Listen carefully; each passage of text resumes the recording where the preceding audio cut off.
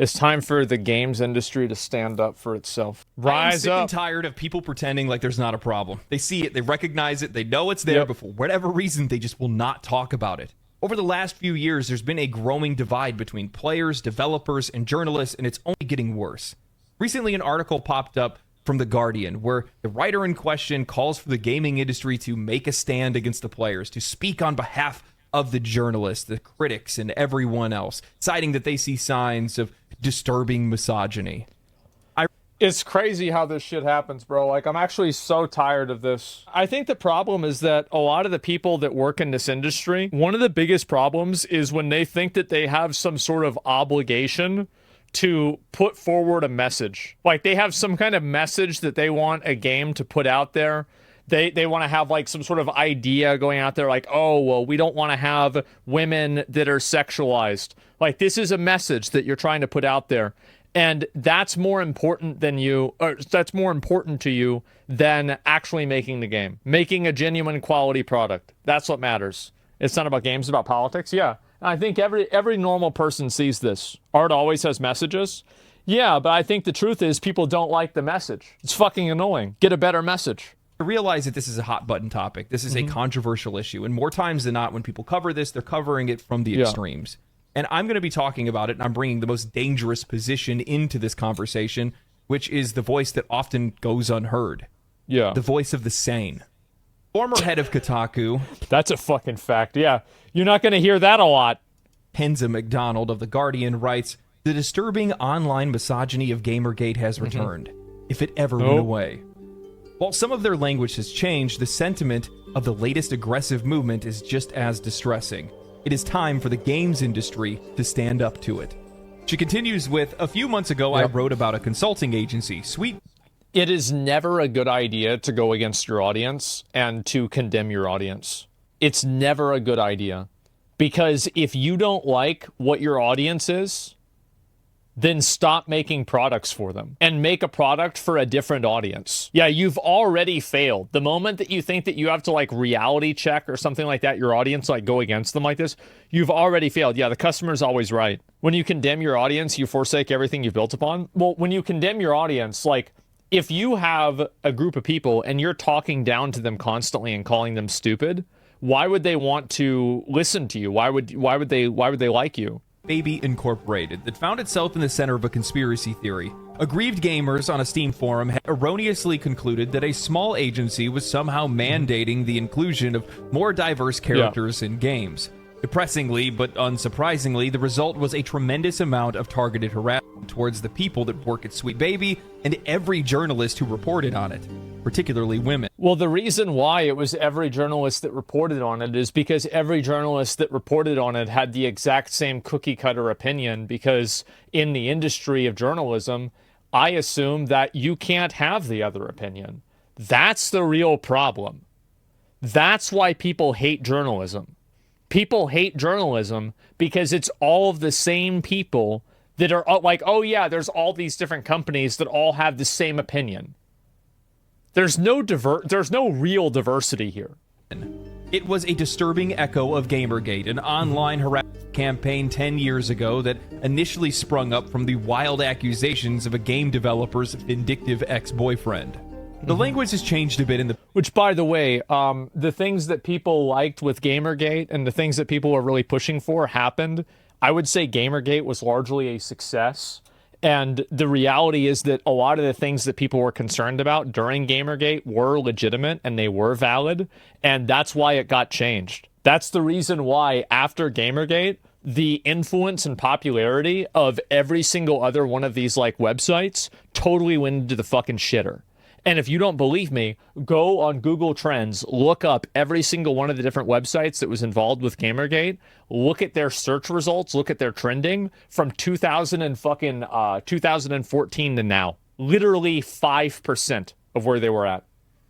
If that. Past decade, they used to be upset about SJWs or social justice warriors, and now they've taken issue with a different acronym, DEI, diversity, equality, and inclusion, or just good old woke.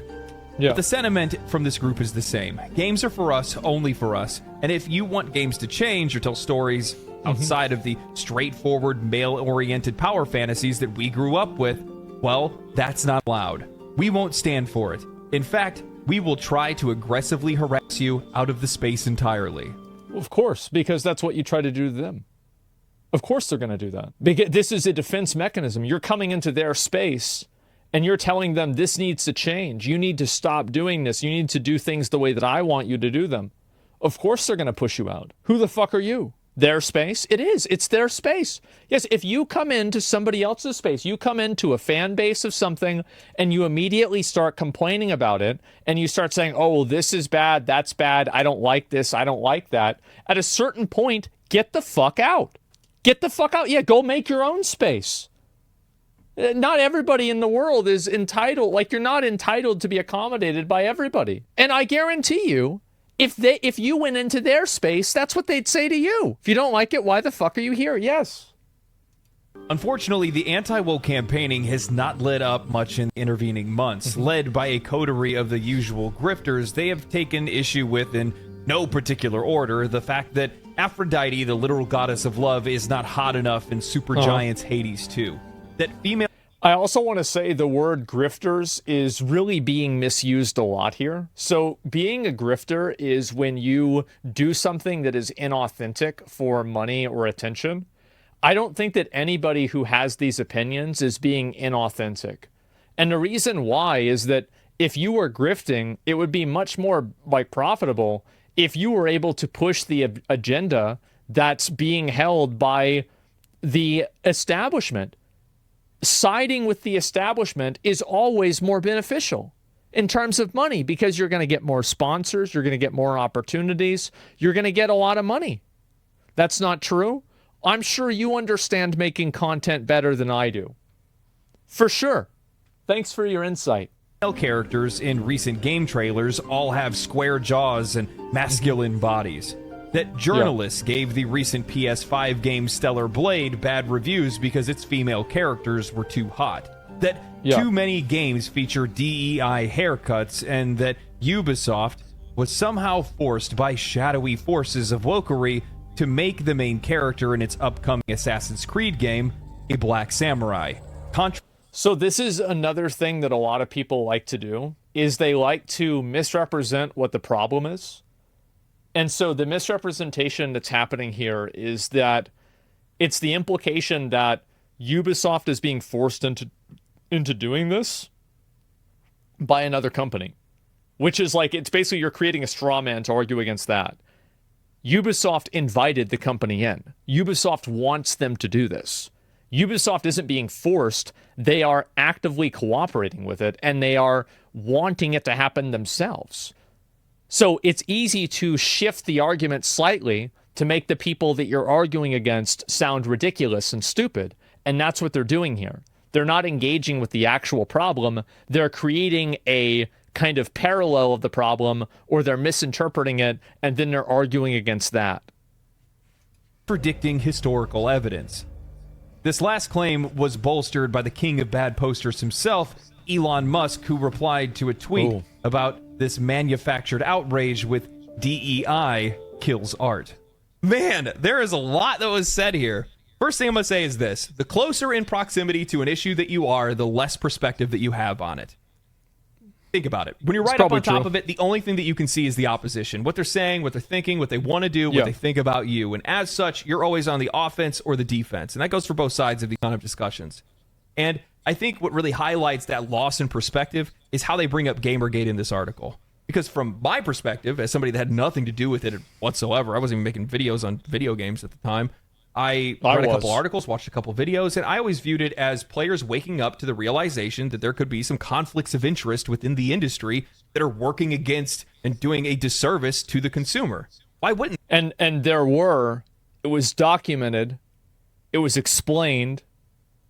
And now the industry doesn't work the way that it does, or that it did back then. There was a lot of it. It was a massive amount of it. They think that. Can't believe people complain over how much hotter a girl should be. The reason why they're complaining about it is because they think that her appearance is an artificial representation of an ideal that they think is detrimental to a video game. They actually don't care about the way the character looks. They care about why the character looks that way. Other industry that's out there has some level of corruption. Why would it be so far off for players to believe that video game studios and publishers are colluding with journalists and critics to make sure that their games are shown in a better light? Somebody says, why? You can't. That's not a good argument. Why? Why would you change it? Why would you make it look this way? You can't change things to the way that you want and then get mad when people say they don't like them and say, why do you care? Well, you cared enough to change it. So why are we making an argument of triviality? You're the one that this is why we're talking about it. It's because of you. It's trying to find an understanding. Yeah. Why is trying to find understanding? No, it's not. Not in this case. Especially when so much money's riding on the line to begin with. And I think that Gamergate was something that actually did a solid service to the players because they woke up to that realization. They're a little bit more cautious with their spending. They don't take review scores at face value and say, there we go. Huge positive. Oh, I guess I'm going to go ahead and buy this game. They're a little bit more cautious with it. They want more information. They don't want to just see a cutscene trailer. They want to see gameplay. They don't want to see gameplay in like 3 minutes. No, they want to see 15, 20, 30-minute clips. Heck, they want to watch somebody play the game for a few hours before they want to buy that game. And I think a lot of that is coming from what had happened back then. And, man, it just goes to prove that these sides that are so... Well, I think that another reason why a lot of trust was lost with gaming journalism, and I think also, and this is an interesting parallel, and I kind of don't want to do this because it's going to derail chat, but I'm going to do it anyway. A really great parallel to this is how much the media tried to reassure people that Joe Biden was like mentally sound. It's like the emperor's new clothes. Everybody can see he's naked, but nobody's allowed to say it. And so you have the media constantly reassuring you and telling you it's everything is fine, everything is fine, everything is fine. And you see it happen, and it's like, this is obviously not fine. And then eventually it gets so much to like the debate, and people are like, okay, what the fuck? Right? And it literally can't be denied anymore. They're still trying to defend him, right? Exactly. You're being gaslit. And that's why people hate the media. That's why people hate CNN. That's why they hate Fox News. That's why they hate Kotaku. That's why they hate Rock, Paper, Shotgun, Polygon. That's why they hate all of these different journalist outlets. That's why they hate Forbes. That's why they hate InfoWars. That they hate it because these people are taking something and they're putting an agenda onto it. And I guess in InfoWars case, it's not the case. They know they're fucking biased. But in general, they're putting an agenda on it, and they're trying to act like they're neutral. That's the problem. It's because they're lying. And they're lying in a way that's so blatant and obvious that any normal, reasonable person can see it. Like, I guarantee you, if you took, like, somebody who's completely non-political and you had them listen to Joe Biden on that debate, they would think, what the fuck is going on? But nobody in the media wanted to say that. Nobody wanted to call that out. And there's even clips of them saying he's the most, like the smartest as he's been. What the fuck is this? And the same thing happens with video games. So you have this instance where this supposed free marketplace of ideas collectively agrees on the exact same values, and every single person in that marketplace pushes those values.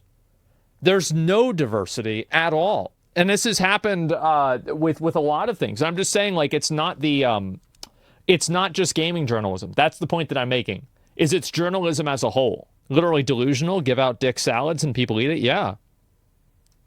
So opposing to one another. They're of the exact same polarity because they both sound the exact same when you start paying attention to them from a much wider angle.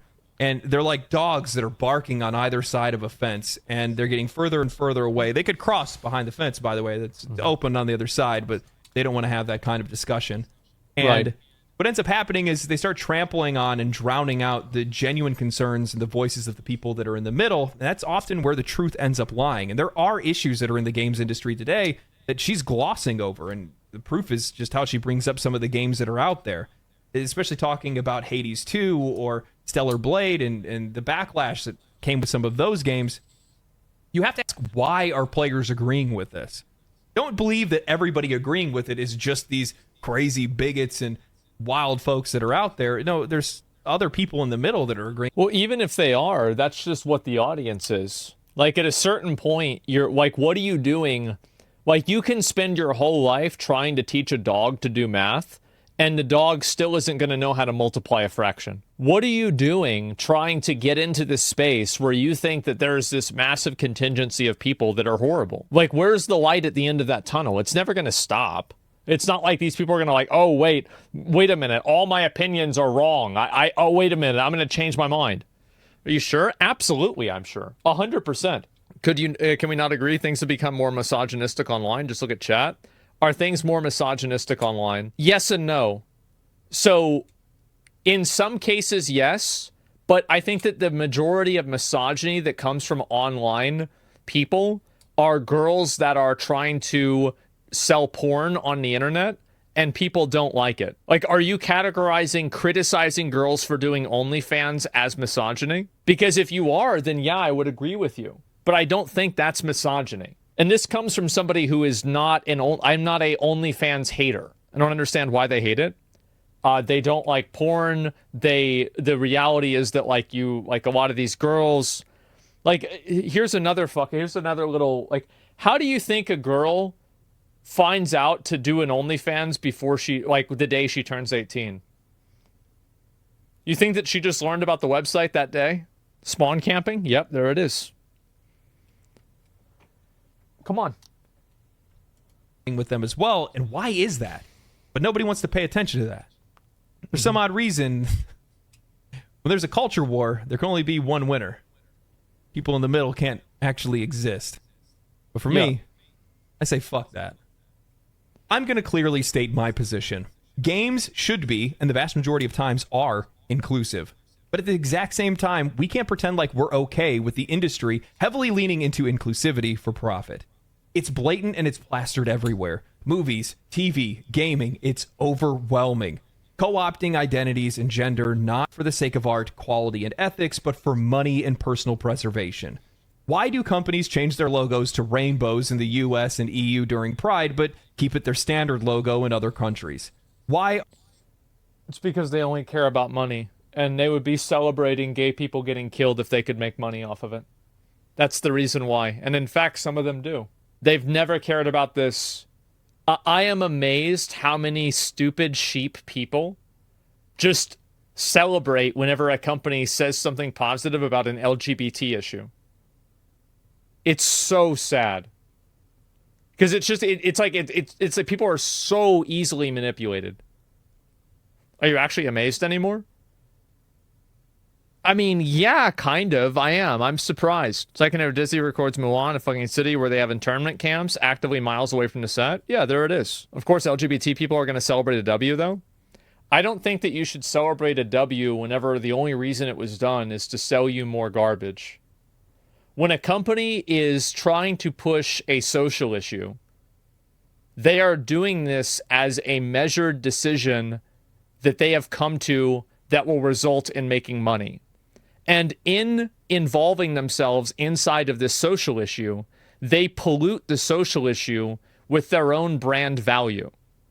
So, for example, when you're thinking about Target and you're thinking about, oh, Target did this LGBT like Iraq and everything last year, and, you know, people are talking about it, this pollutes the issue of LGBT because it pollutes it with Target's own brand image. It pollutes it with Target's own past controversies and issues. And that's why it's bad for these issues, is that these companies attach themselves to these issues like parasites and suck the good out of them while infecting them with the bad from their brand image. That's what they're doing. Blizzard does the same fucking thing. Are different races and genders minimized or removed in games, movies, and television in China? It's because none of these companies care about you. They care about what's in your wallet. And that goes for both sides of this debate. Truth of the matter is, these companies will do anything for money. And the real unease, the real issues at play, is that the biggest players in the industry are trying to wrangle everyone into one single audience, and it's causing a lot of issues.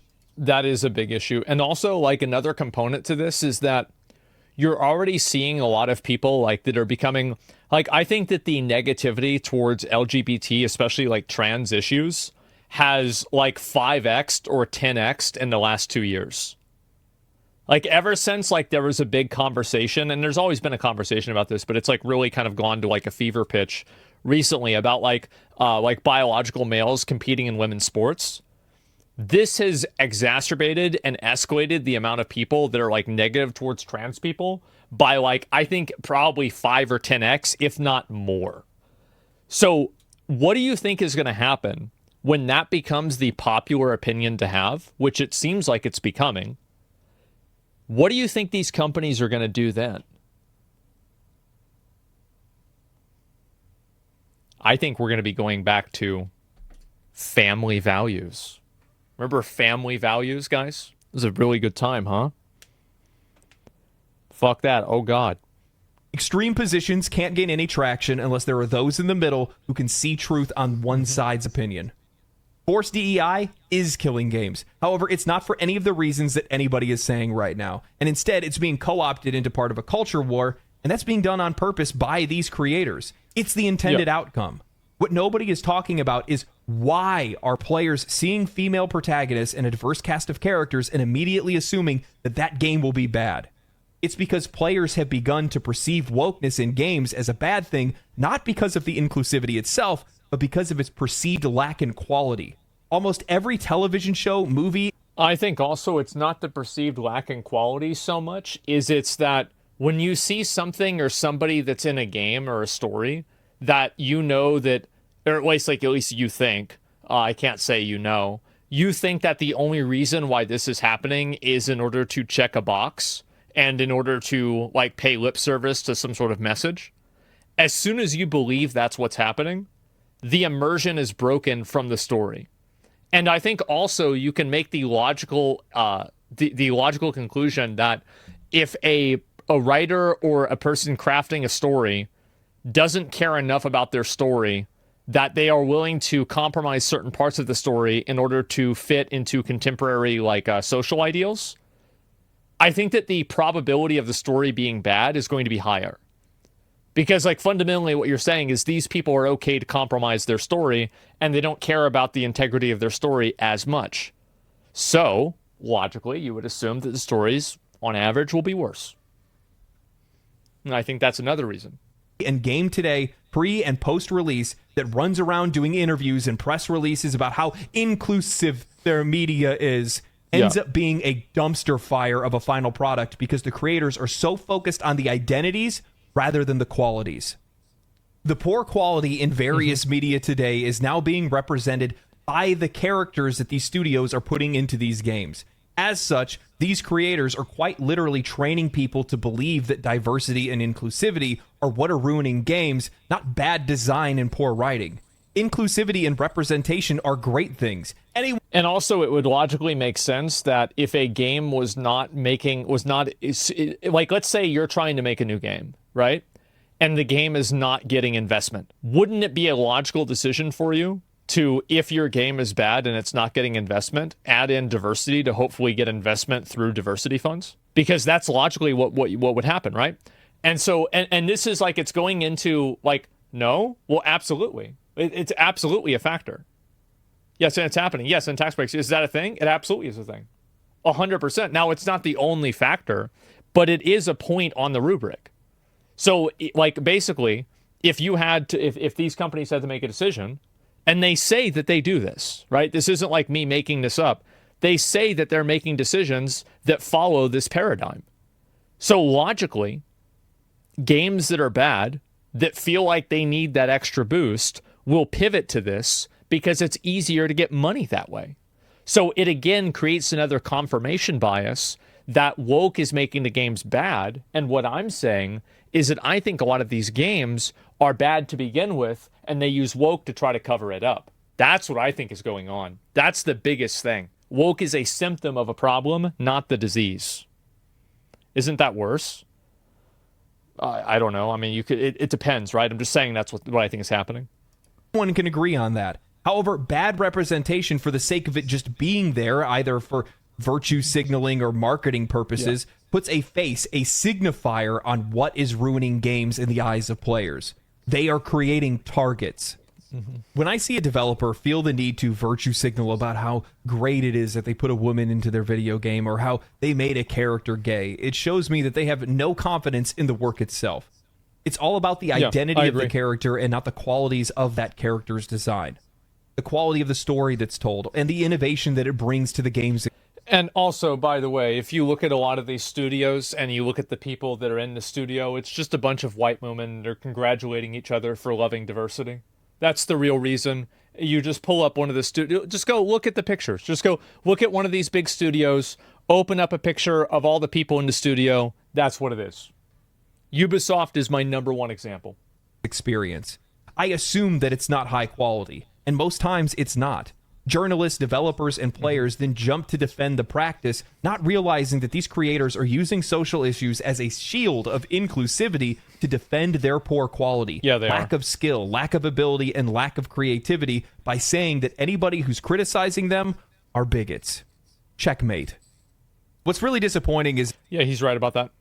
...that there's not enough people that are calling this out, saying it for what it is, that it's not wokeness or DEI that's killing these games, it's people without talent that are killing these games. Name a game that was perceived as woke, that had awesome gameplay and a great story, and nobody wanted to play it, and it didn't do well in sales. Guess what? You can't find it. It doesn't exist.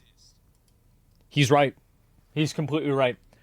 Woke stuff does not make a game bad, but it will make a bad game worse.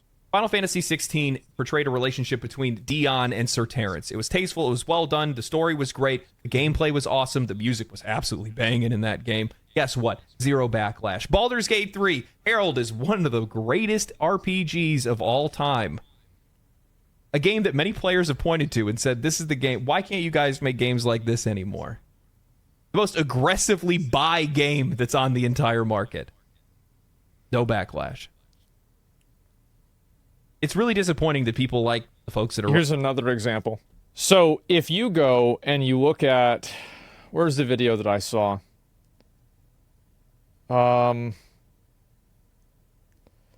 Maybe it's this one. I'm not sure which one. Yeah, right here. The opening scene. We kill it. We break the synaptic connection. There's a black guy there. Like rats. I think there's like an Asian guy as well. Yep. I cannot afford to throw men after. There's already, like within the first 10 seconds, there's already like 2 inclusions of characters that are non-white. Scroll down, not a single fucking comment is bringing up DEI. Writing this article right now that are involved in a lot of these communities. Gamers know. Aren't the ones that are out there. And that's the thing, is that it's the same thing. It's the same as the Biden thing. Everybody knows it when they see it. Everybody fucking knows it. You see Joe Biden. No, this is ridiculous. This is embarrassing. Oh, no, he just has a stutter. He just said, no, it's this. Oh, he said, no, bro, no, we see it. You know it, I know it, everybody knows it. It's the same as this. That are fighting on their side, that aren't talking about how some of these companies are out there co-opting people's identities and races for the use of profit and for the use of protecting their own jobs, shielding themselves from criticism behind a shield of inclusivity. Yeah. They're the ones that are ruining games. People that don't have a creative cell in their entire body. The article continues with, Assassin's Creed Shadows producer Mark Alexis Cote addressed Musk's tweet in an interview with GameFile's Stefan Totilo last week. It's sad he's just feeding hatred. I had a lot of 3-word replies that came to mind, he said. The first thing I wanted to do was go back on X, that I had deleted, and just tweet back. What Elon says is not the game that we're building. People will have to play the game for themselves, and if within the first 11 minutes and 47 seconds they aren't convinced of what we are doing, we can have the discussion. For the record, there is plenty of historical basis for the depiction of Black Samurai Yasuke in the game. Just after Summer Games Fest finished, the anti-woke gamers found a new target, a report at IGN, which... This is the thing, is that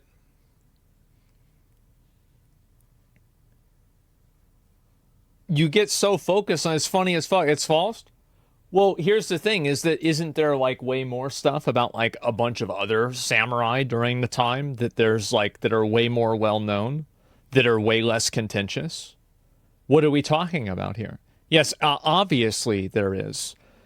And also, like, I would ask them, why did you think it was a good idea that during the boss fight with Yasuke, you started playing hip hop for the combat scene? What's that? You can go back and look at the video yourself. Did they do that? No, they literally did. They literally did that. It's a stereotype. Yeah, it's just a stereotype. And that's what I was saying before. It's about white people congratulating themselves on diversity. As I said, it's like the the black person gets in the car, you turn on a hip hop station and you say, "Hey, this one's for you." It's the same exact fucking energy. It's so weird. Incredibly and comprehensively. And it's a studio full of white people. You just look at the picture. Lays out the history of sexism at the developer of the up-and-coming Planet of the Apes meets Sekiro action game Black Myth Wukong. The response, surprise, was to go after the woman who wrote it, while also spinning a ludicrous conspiracy theory that IGN was blackmailing the developer. You can go... They were. And I don't think it was IGN, but I think it was the developer themselves, or sorry, the writer themselves. Is that they created a problem that didn't exist and then categorized the developer, I think Game Science were the ones that are making Black Myth Wukong. They basically provided an unsubstantiated claim, or just basically like any claim. Like, let me take a step back. If a journalist says that you are something, this company has no obligation to come out there and clear their name. Nobody has to go and, oh, well, I said this about you. How are you going to respond? Who the fuck said somebody has to respond to you? Who decided that, like, now, that you're obligated to a response because you've decided to say this? And this is the problem.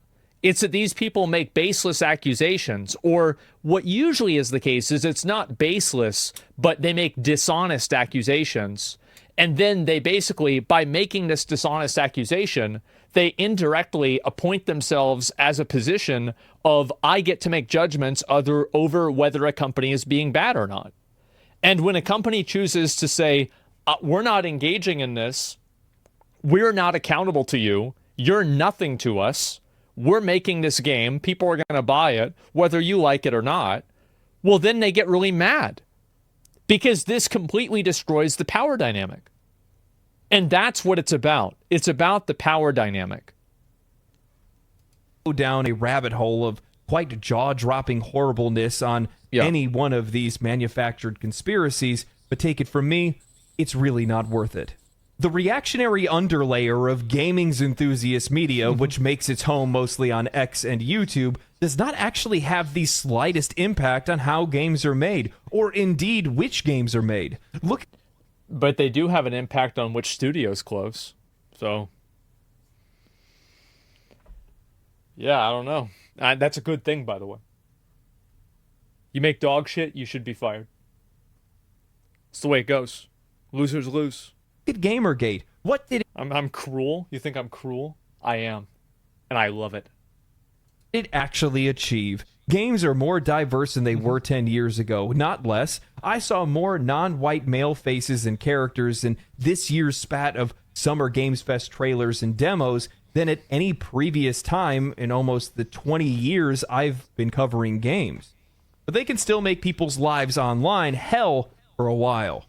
I know this because I've been through it. Well, just because you're making a game doesn't mean that you're going to make money off of it, right? That's the issue.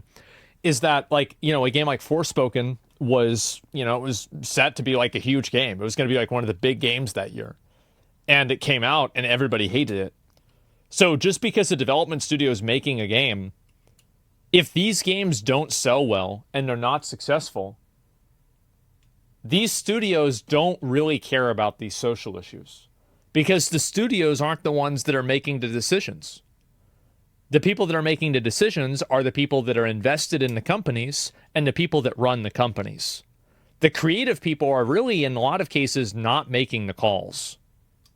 And whenever the people that aren't making money at the top, like whenever their head's on the chopping block, they're going to change things. And it's already happening. Several times. It's crazy that she can say something or at least think something in the right direction, but then be completely wrong about it. And it's because, again, she's looking at it through an incredibly narrow lens. Throwing context and nuance aside in the face of being able to shadow box those perceived demons that are across the aisle. Musk was undoubtedly beating the drum of division for engagement purposes. The guy's a content creator more than anybody else. There is tons of examples of people that are like him. But why are there so many people that are finding themselves agreeing with these posts about Assassin's Creed Shadows? Tell me which is more believable. Well, if there's enough people that agree with it and everybody thinks the game is bad and people vote the game down and they say it's a bad game, then the game's bad. It doesn't really matter what your opinion is. It's the Lion Ted thing. It's really just so simple. And this is a big thing that I think a lot of people struggle with, is that if enough people believe something, then functionally it becomes true. Now, it doesn't make it true, but for all intents and purposes, it is true. That the vast majority of white male gaming audiences that you perceive don't want black characters in games? Or is it because Ubisoft has been shoveling garbage out for years now, raising their prices to absurd levels, monetizing everything possible, hasn't innovated, and now seems to be using diversity to market a game that everybody knows will be just as repetitive and unoriginal as the prior? All well-adjusted humans that see the direction that all forms of media have been going in lately, see the main character isn't Japanese, and say, huh. Again, extreme positions don't gain traction unless there are issues that are pushing people from the middle to one side. Now, with that said, I agree with her statement on ludicrous conspiracy theories. With so many people that are out there grifting on both sides of these issues that are making it difficult for you to want to be able to agree with either side because you know that they're going to have some wacko theory that's connected to it. Yeah, I think there's some people that take it way too far, where it's like every single time that a character or a person is on screen that's not like a white person or a guy, they'll like mauled out about it. I think that's the issue, though, is like, yeah, then vote your dollar. No, that's what I think people should do.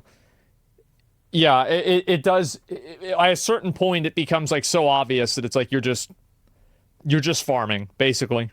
That are on extreme opposing sides can't agree on something, otherwise they're going to look like they've changed sides. Like Keza, I don't believe that there wasn't a... Yeah, and this is another factor, is that this is another example of how people are stupid. Changing your mind based off of evidence is considered a bad thing. And there's a huge contingency of people that respect a person who will hold an opinion that's been proven wrong by evidence because it was their original opinion. I think a great example of this is the Dr. Disrespect drama. So originally, I was like, I don't know if I believe this. I think that we need more evidence to understand this better. And then Doc puts out the statement, and I say, man, this doesn't look very good. And they said, oh, wow, it looks like you're changing your mind. You're changing your opinion. What are you doing changing your mind? That's what happens. People in general do not respect changing your opinion, because changing your opinion means that you were wrong. And people don't like being wrong. And there's no obligation that people have to be right. Somebody like a dumb person on the internet can think the earth is flat, and we can't put them in jail. You just have to, there it is. It's right there. So they are under no obligation to adhere to the same logic that you do.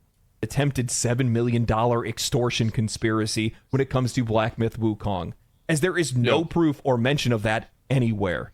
Yeah, I mean, it's totally made up. Look at how many people grifted off of attaching Sweet Baby Incorporated's name to their YouTube titles, articles, and tweets in regards to whatever company allegedly perpetrated this extortion.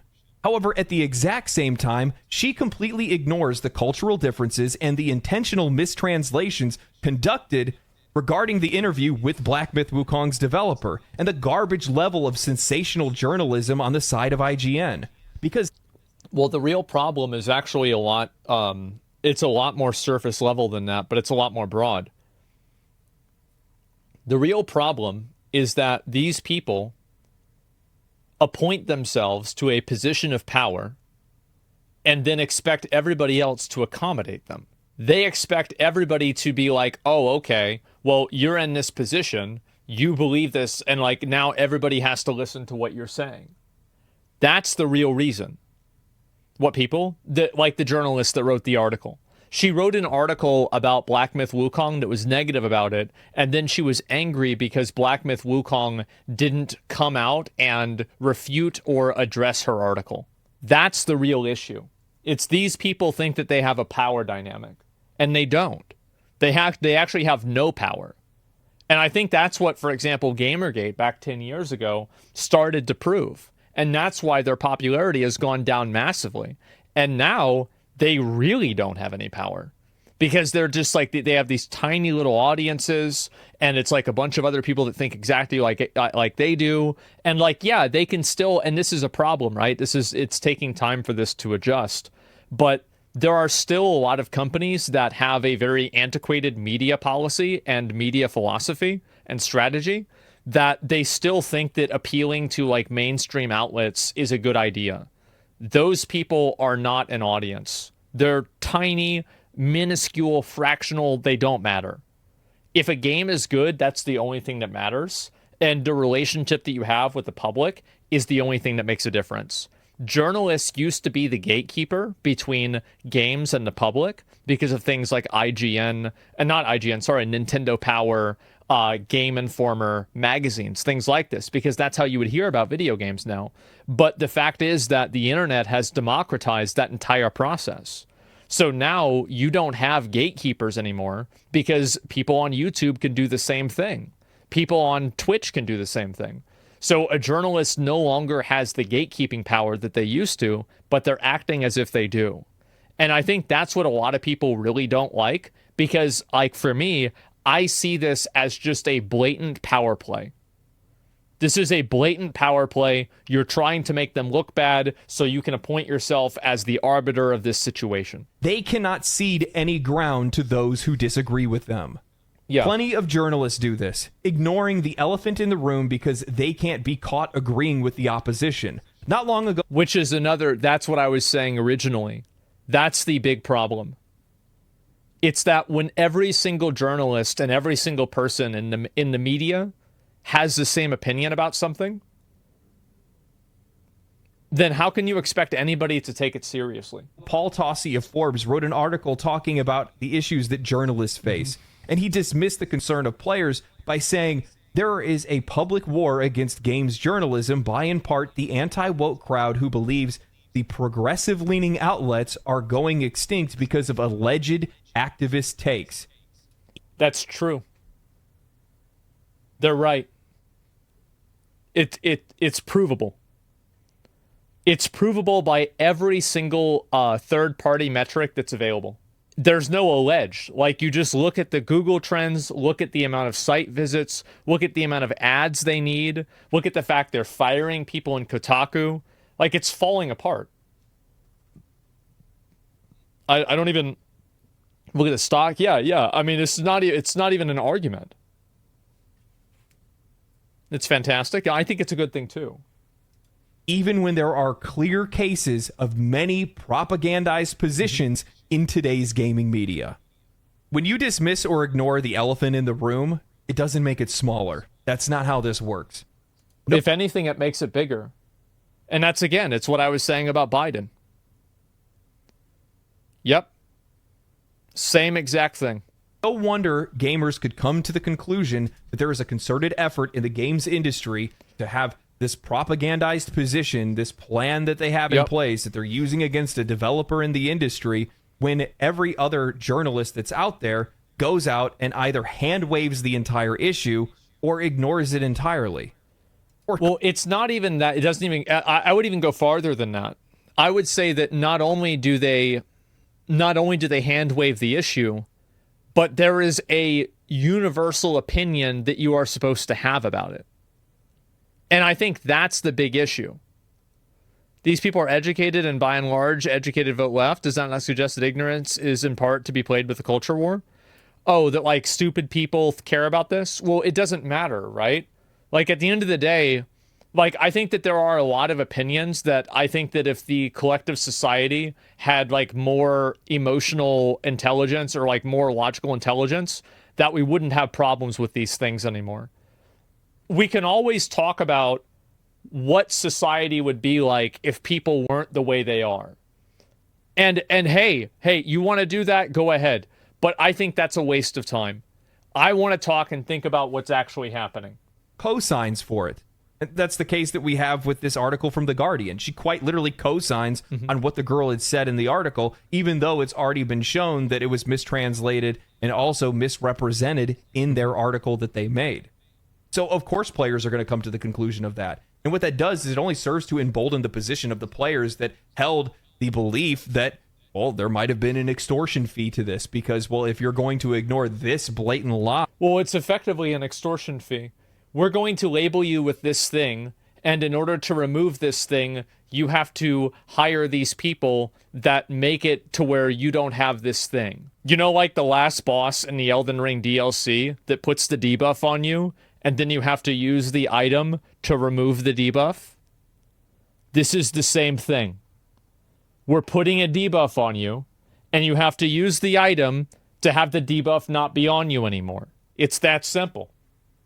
That's attached to it, well, then chances are you're lying about the other thing too. That's the conclusion that people are going to come to. They are the ones that are creating this issue for themselves. Stop being so reactionary. Stop paying attention to what people are saying and ask why people are saying these things. Be proactionary. The article concludes with, I was running the UK brain. I would argue that a lot of the issues that people have with things that seem to be woke are fundamentally reactionary. Because they are reactionary from the way gaming used to be.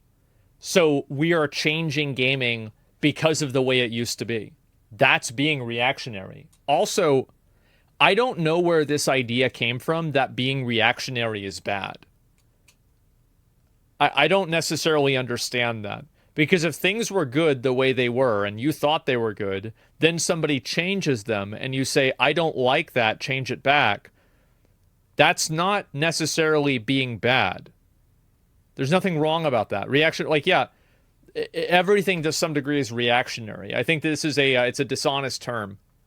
Branch of Kotaku when Gamergate kicked off, and I had a front row seat to their harassment tactics, which included sending the most disgusting threats imaginable through all online channels available to them, trying to get me fired by emailing game publishers and my bosses with dossiers of my professional misdeeds and journalistic failings.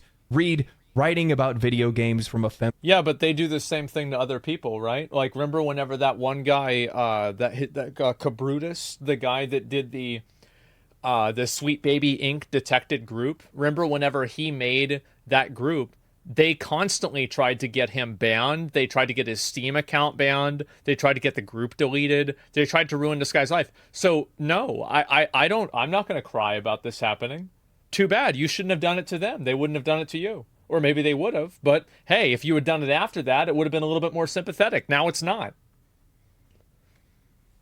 Like, don't go and play a game and then be surprised whenever somebody else starts playing the same game. They've been doing this forever. Oh, let's find out who this person is, and then we're going to, get them fired from their job. It's crazy. Yeah, that's what you get. Too bad. Feminist perspective. Searching for me and my colleagues' real addresses and phone numbers and family members and posting those details to their subreddits if they found them, and putting them together in unhinged Google Docs with links drawn between social justice warrior journalists and developers. One of these mad documents briefly appeared in a recent documentary about 4chan, prompting several of my friends to text me a screenshot asking me if I knew I was a figure in an old alt-right conspiracy theory. Unfortunately, yes, I did. It's happened again a few times since. It's not a big deal. I mean, I've been in those too. People think that, They think that I am contractually obligated to defend Disney because one of the companies that represents me, Knight Media, is connected to Disney through like 3 different levels of like disconnection, right? Yeah, the Mr. Beast stuff. Yeah, so like I get the same thing. Like you're not special. Like it's not like yeah, that's what happened. I knew it. No, that's true. Yeah, I am represented by Knight Media. It's true. Various reasons. Unfortunately, dealing with online mobs is a part of the job for many journalists and indeed game developers these days. And despite all of the shit that I've dealt with over the years as a woman covering video games, I'm still rather glad that I don't write about politics. But I know exactly how awful it can feel when they mobilize against you, especially if it's the first time. They'll search for whatever they think is the least flattering image of you on Google Images, use it as a cutout for a YouTube thumbnail, and then rant for 10 minutes over screenshots of your articles. Well, they do the same thing. Yeah, they're going to do the same exact thing. Like, there's nothing really surprising about that. Yeah, I mean, it's really not that complicated.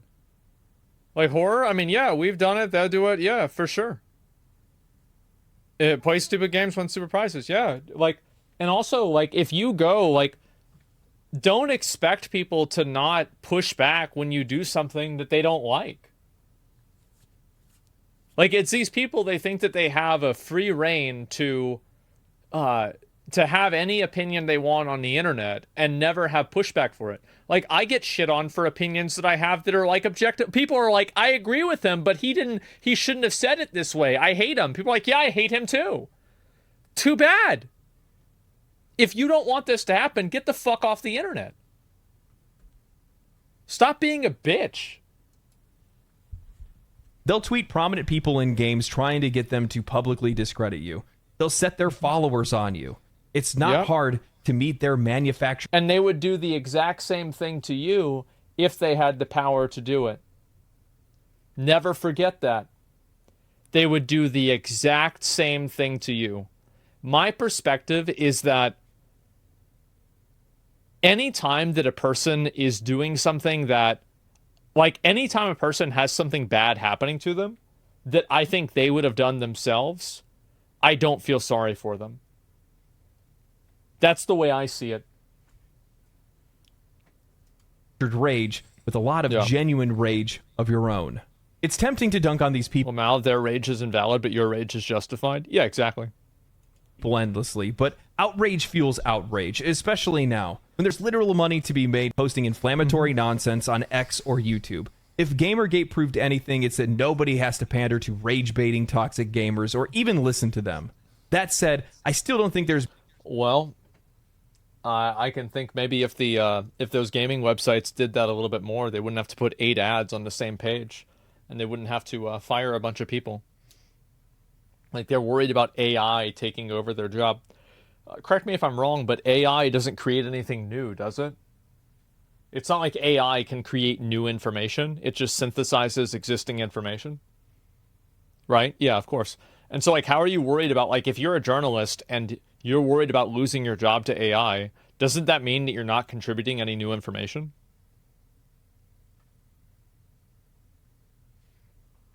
Been enough public pushback against this flavor of online abuse from the biggest publishers in games over the past few months. Yep. When the consultancies they work with, the journalists and critics that cover them, and even some of their own developers have been caught in an online shitstorm. Take it from me, vocal support means a lot.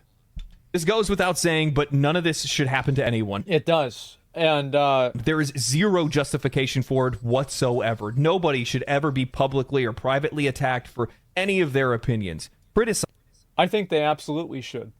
You should 100% attack people if they have opinions that you disagree with. You shouldn't attack them in real life, but you should attack the opinion. Absolutely. Because they do the same thing to you.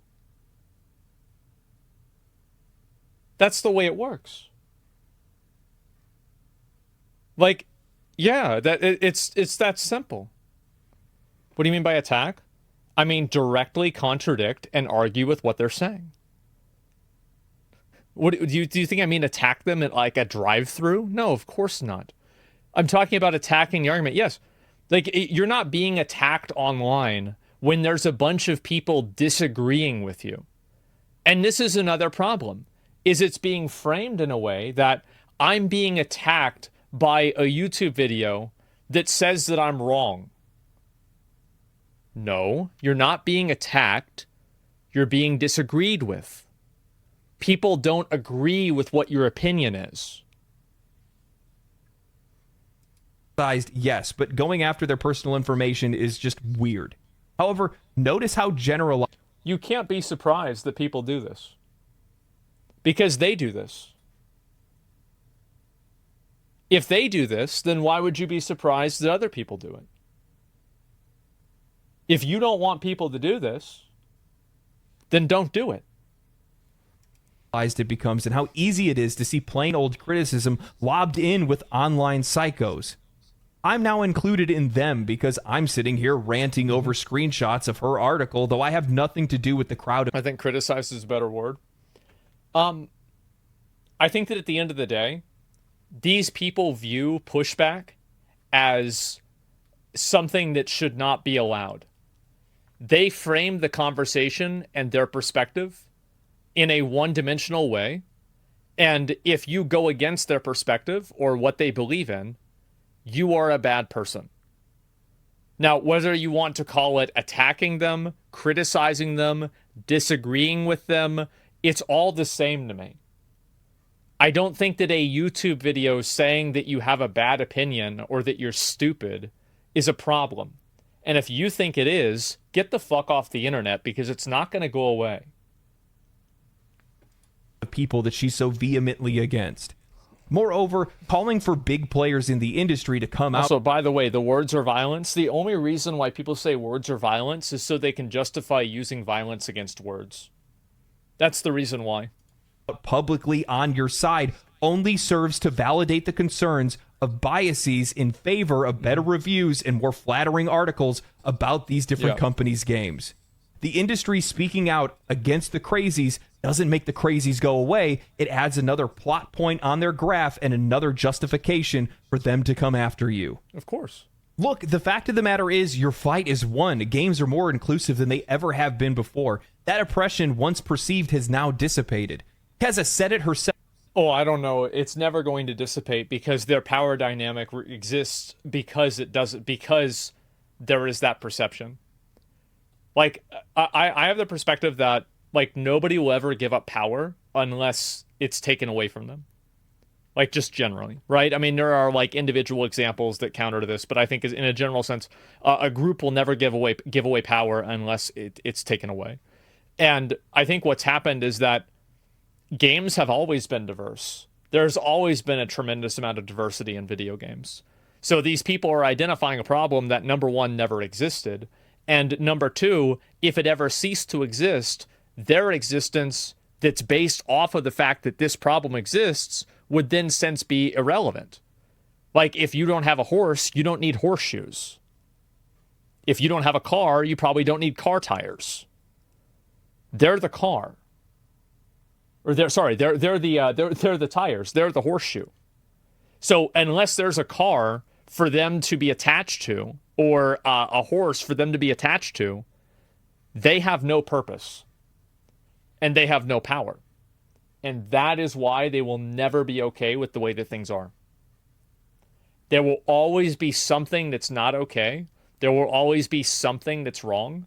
Because if they ever acknowledge that things are okay, then their purpose is fulfilled and their power is irrelevant. In the article, when commenting, talking about the diversity of characters that she saw during Summer Games Fest. We all saw it.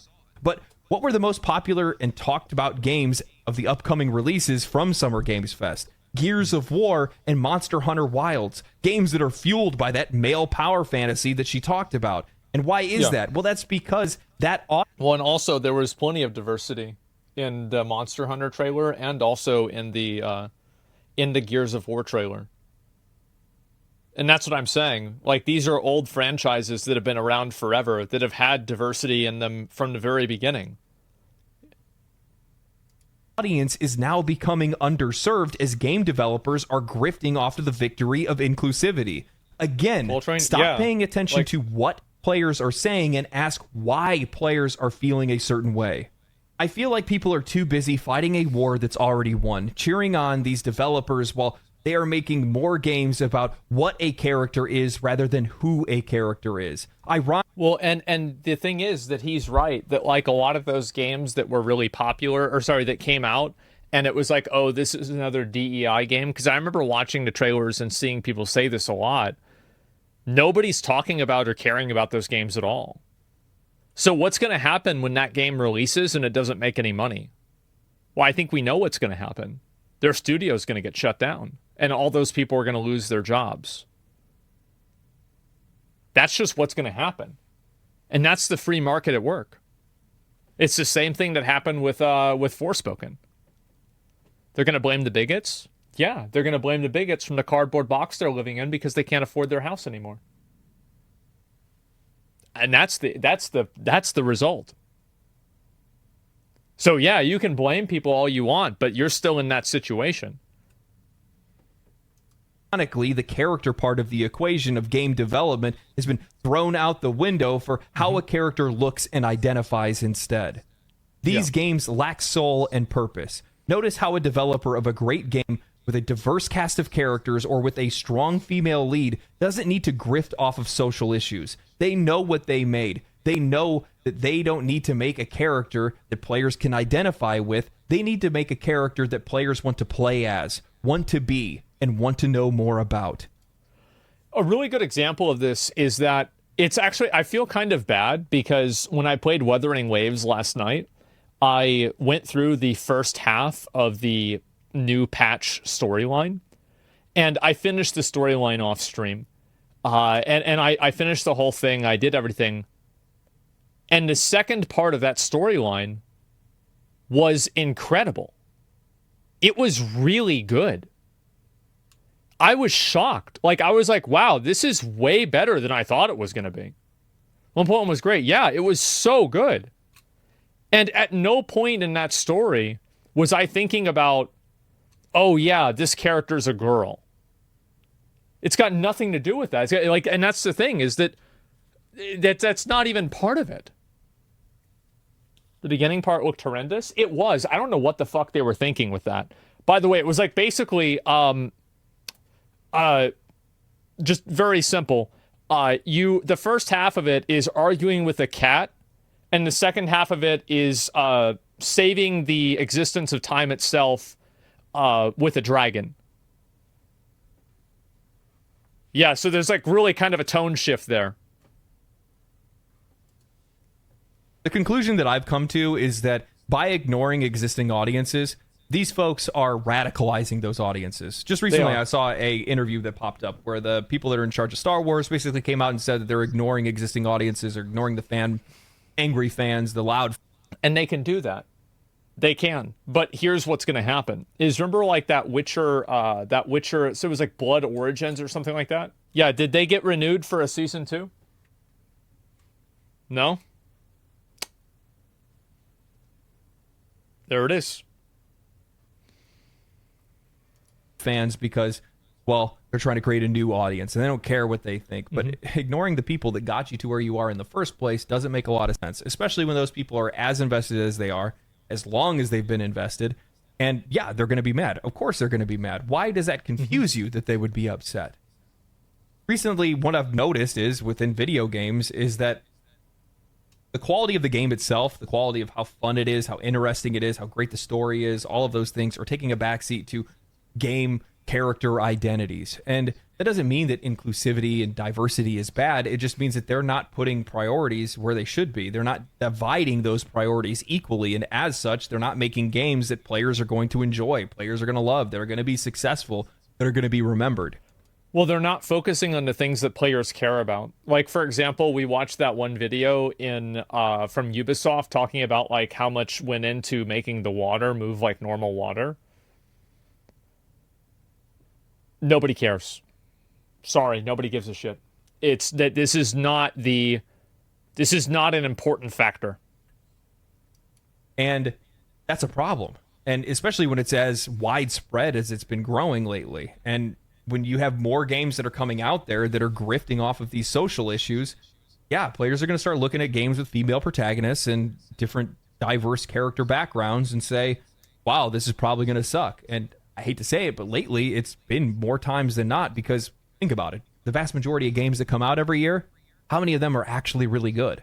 There's only very few that we all play. So yeah, the vast majority of those are going to be hit or miss. And there's a lot of misses that are out there, and you're going to start to put plots on a graph and connect the dots. And next thing you know, yeah, you can't stop people from identifying patterns. Like, one of the reasons why humans have evolved so much is because humans are really good at pattern recognition. They are crazy good at it. And when people keep seeing this, and you keep telling them that's not what it is, but they keep seeing it, you're going to have some problems. Every single time. well, this is the thing that I'm seeing that's the trend that's making these games worse, and that's the conclusion that a lot of these players are going to end up coming to. I don't really know exactly what the solution to this is, especially because I think a lot of the people that are in these positions in a lot of these game companies, media companies in general, movies, television, whatever, I think a lot of it is actually like nepotism more than anything else. Like people that got into positions of like high power that don't deserve it whatsoever. Yeah, and have no idea true. what they're He's doing. right. And the only thing that they can do is the one original idea that they think is original, which is doing everything that they think everybody else is doing, which is making their games more inclusive, and they're just focusing on that because that helps to distract from everything else. I do genuinely think there's a lot of people... Yeah, I think they use it as a shield. That's what it is. It's like people don't like the game and they say it's because of racism. Okay, for sure. That's the real reason. that are out there that are using it as a shield to be able to block themselves from criticism. I do think that. And if that's not what they're doing, they're just bad at their jobs in general. So there's that. But yeah. Anyway, tell me what you guys think about this. I don't know where things are going. There's a lot of games to look forward to next year. I know that for a fact. But there's always a lot of games to look forward to. And I think that there's also a lot of games to look back on. Like, I still haven't finished Dragon's Dogma. Like, the first game.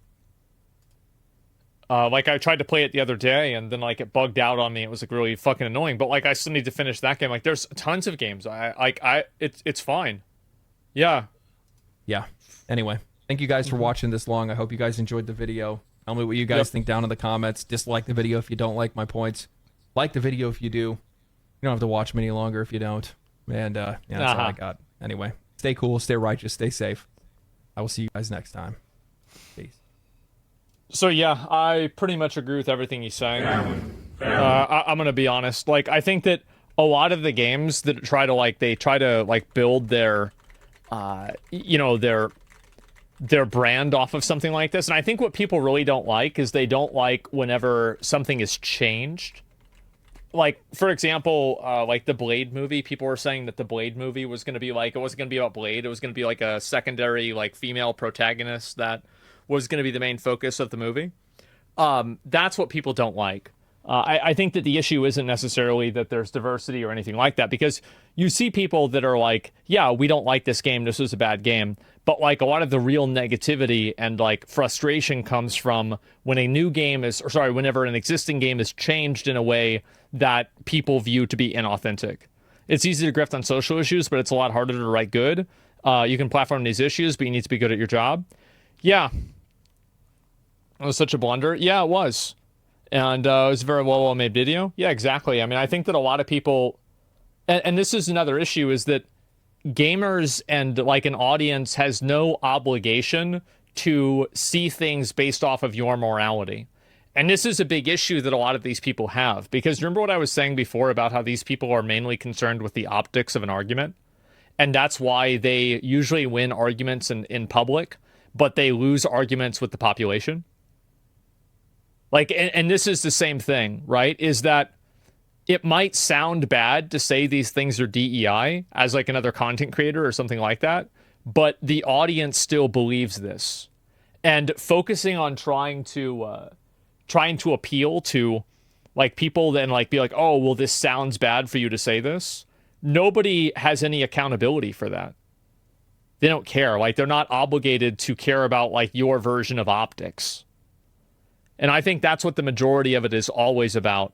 It's always about the optics. Which, oh, he's in chat. Yeah, thanks for the video, man. Yeah, guys, make sure to give it a like. That was a good one. I like that a lot. Is it important for gamers to get used to playing more diverse characters instead of just playing a white male character?